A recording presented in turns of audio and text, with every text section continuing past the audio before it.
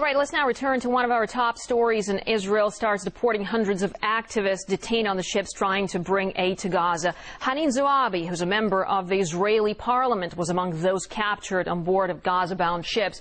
And she's been released ever since and can talk to us now. Haneen, so tell us what happened on the ship you were on. First of all, what happened was before the Israeli ships surrounded us. I would say that the story doesn't begin from the moment the Israeli soldiers were on the ship. And the main question is why the Israeli ships approached us while we were 130 meters from the shore of Gaza, and while we were 100 meters from the away in the international water. So this is the first question. But Israel does not want to ignore this question. Now, at 4:30, 14 Israeli ships surrounded Marmara ship, the main ship of the flotilla, and the helicopter full of soldiers dropped, I don't know, 10 or more Israeli soldiers. I was in the third floor where the press room is located and where the captain room is located. Those who were around me in the third floor were 40 journalists, a couple of the group of organizers, and the nurse. No one of them was armed. The 14 Israeli ships, maybe 13, maybe 12, something like that approximately, started to shoot.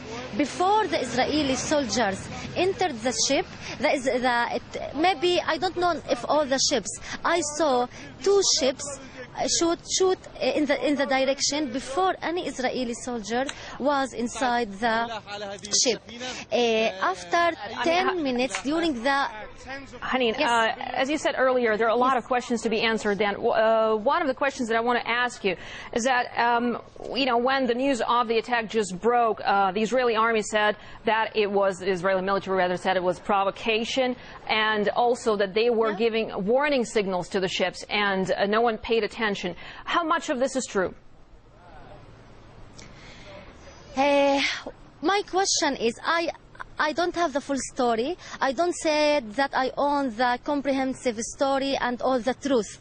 I witnessed when I was, and the time that I was on the second floor, on the third floor. But my question is, if the one side who has the all documentation of the story is the Israeli army. The Israeli army shuts the camera, disconnected us from the satellites, and after that boycott all the cameras of the journalists and also of the passengers. So my question is, why the Israeli army released just the shoots and just the documentation related to the Israeli injured? What about the documentation related to the dead bodies? There is a documentation related to 10 dead bodies and to about 50 injured.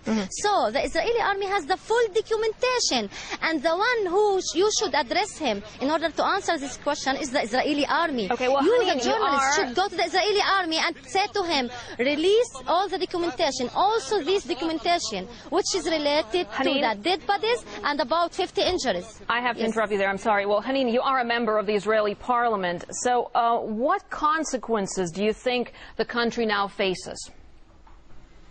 We must first of all remember that the story and the issue is not the flotilla. The issue is the siege upon Gaza. This flotilla is a humanitarian aid, but with a political message, with a very clear political message to break the siege upon Gaza. So we need an investigation, a committee. We are calling for an international investigation committee to ask all the documentation from the Israeli army. There are now in Israel about 500 passengers whom Israel is still arresting. So please let Israel, let the people, let the journalists make interviews with these 500 journalists, and let the Israeli army release all the documentation. We need this international committee to investigate what happened, why and how come Israel is above the international law and it approached a flotilla which is 100 miles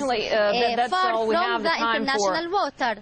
I have to interrupt you once again. That's all we have the time for. But thanks very much indeed for being here with us in the program. Very much appreciated. Haneen Zuabi, a recently released Gaza activist and a member of the Israeli parliament.